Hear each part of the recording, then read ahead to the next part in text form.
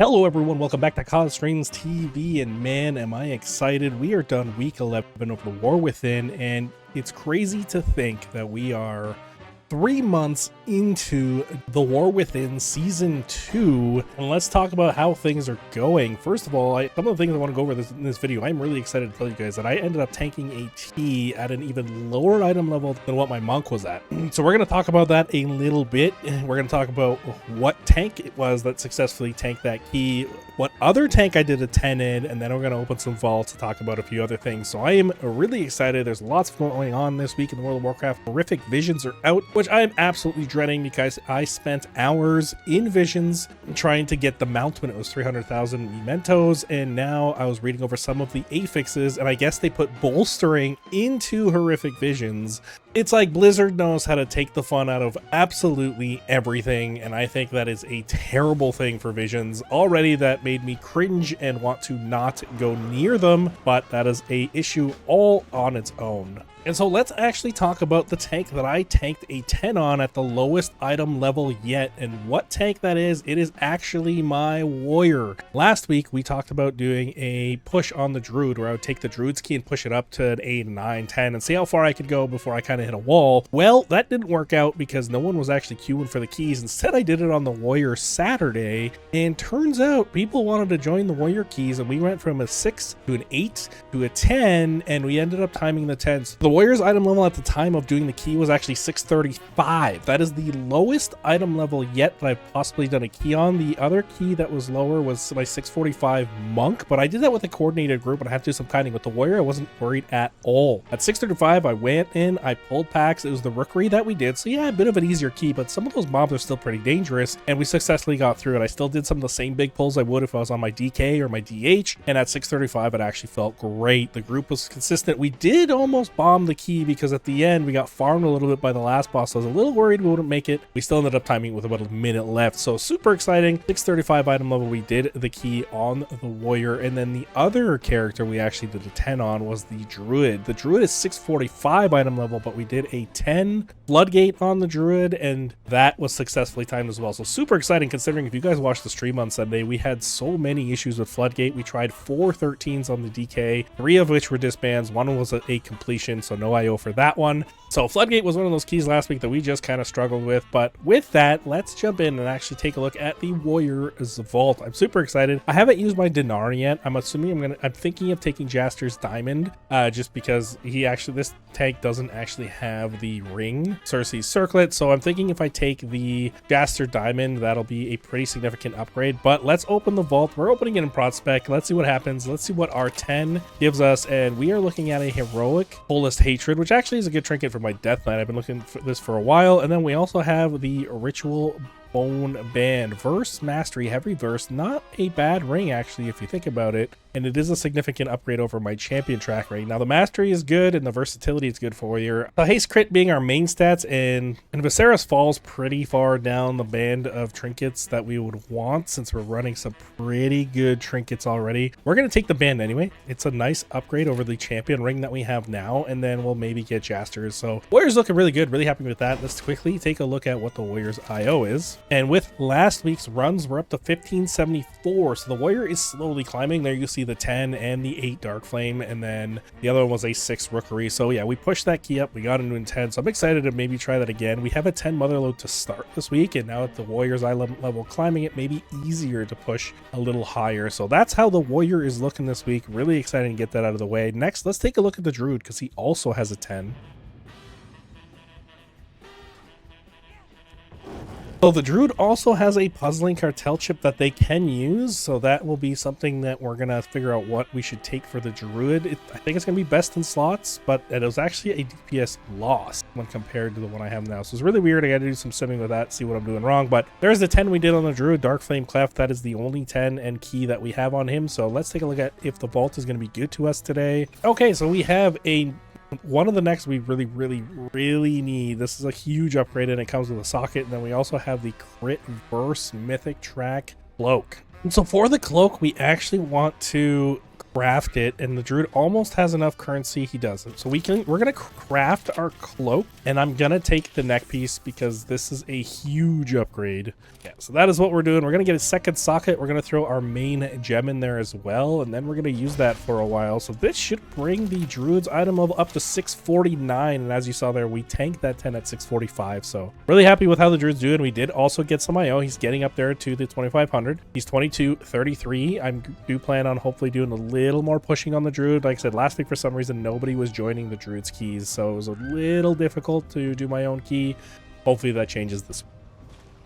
And here's a tank we have not done a lot on at all. The Monk has kind of just been sitting pretty at 1800 IO, but we did do a Theater of Pain last week. It was one of the keys that the Monk needed to get some IO. We'll do a Floodgate this week, so we do have a single vault to open on the Monk. We haven't done it in a while. No dungeons on the Paladin, but let's see what we get. We get nice little hero track upgrade for the shoulders. We could definitely catalyze that as well. Maybe eventually we'll get our tier pieces on the Monk, but for now let's take what we can get, and this will bring us up to 646.66. so taking a look here, we will actually catalyze. Yeah, that is the first piece that we can maybe catalyze for the Monk, but he still needs a lot of other gear before we get our recent 4-piece. So that is how the Monk's looking. Mostly just do a single key on them. And then another quick vault to open up is on the Demon Hunter. We didn't really do much for IO, so we're still just 3k on the Demon Hunter. Didn't get much for item levels.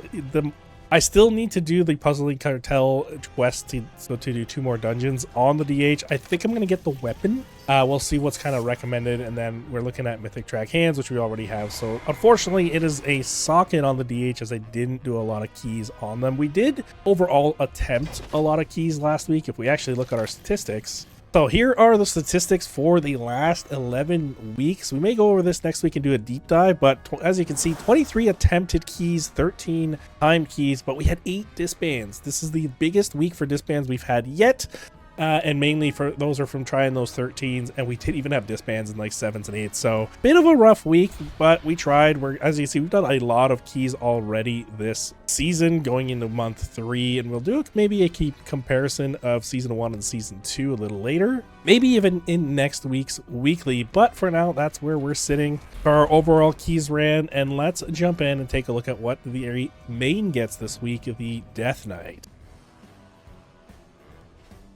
All right, so let's jump in and see how the Death Knight's doing. We did get a little bit of IO. We went from 3024 to 3031. We ended up timing a 13 Rookery, so that was one of the 13s we need. We still need a Priory and a Floodgate. Floodgate did not go well, like I was mentioning earlier, so let's open our vault in Bloodspec. I'm hoping for a Tome. That is still the trinket we really need, and it turns out we do not get a Tome, but we did get the Pacemaker, which is a huge upgrade. Let's see what we get in our raid slots. We got some Transmog. We already have this in Mythic Track, and then we got some risks that we don't need. And then the other one is the 85-year tenure ring. Great unholy ring, definitely not something we need. So we are going to take the Pacemaker because we can then use the Dinar coming in a few weeks to get the Tome on the Death Knight. In regards to what the Death Knight actually took from his Dinar, we took the best in slots. Since we killed One-Armed Bandit last week, the video is up on the YouTube channel. There'll be a link to it on your top right now if you want to go check it out, or a link down in the description below. But we ended up killing it, and I went and immediately farmed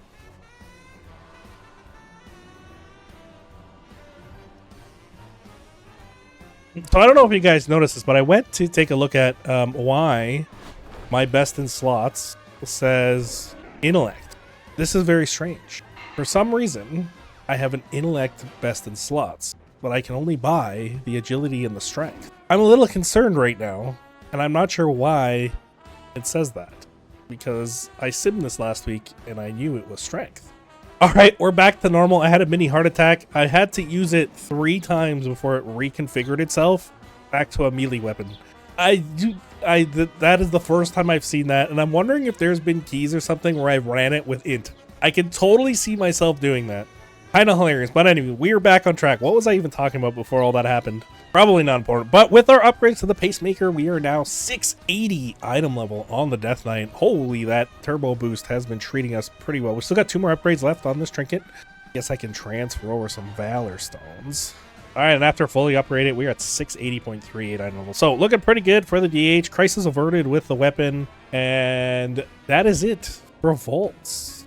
And what is the plan for week 12? Well, I'm hoping to get some more time to actually do some pushing. Actually, funny enough, I haven't really been that eager to push lately. I was talking about this on stream. I've kind of lost that desire to really push outside of playing with like an actual group. I feel like I don't have the time to go bash my head against 13s until I finally time one, right? So I feel like I'm kind of wasting my time where I could be either playing an alt, or actually lately I've realized I've wanted to play other games. One of the other games I started playing, because Doom the Dark Ages came out, and I am a huge Doom fan. I've been playing that game since the NES version came out, and I absolutely love it. So I loaded up Doom 2016, and I was playing that a little bit this week.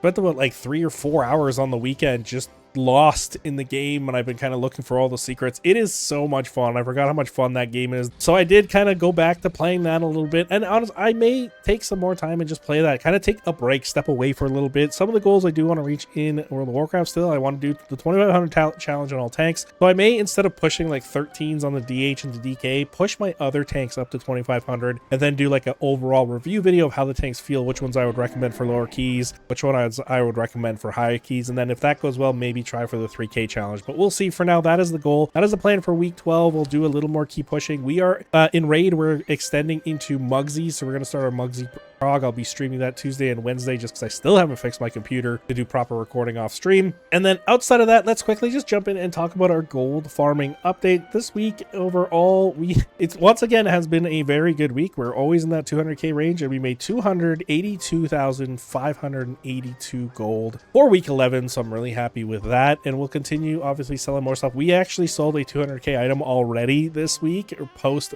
reset, so we've already made that 200k back for the week, but we'll see where we end up in the end of week 12. But that is it for me and for my review for the week. I still can't believe I timed a 10 on the warrior at 635 item level, and there was no concern for my life whatsoever. It actually felt really, really good. I'm still getting used to the warrior gameplay loop of now using revenge instead of thunderclap, so I may have to move my buttons around because I keep spamming thunderclap and I just can't anymore, which is unfortunate because that felt so good on the warrior. We talked about it in a previous video. But outside of that, that is it for the week. I hope you guys are having a fantastic week. I hope the vaults have been good to you. I'll see you guys in Azeroth or in the Mythic Plus Arena. Have a fantastic week, everyone. Peace out.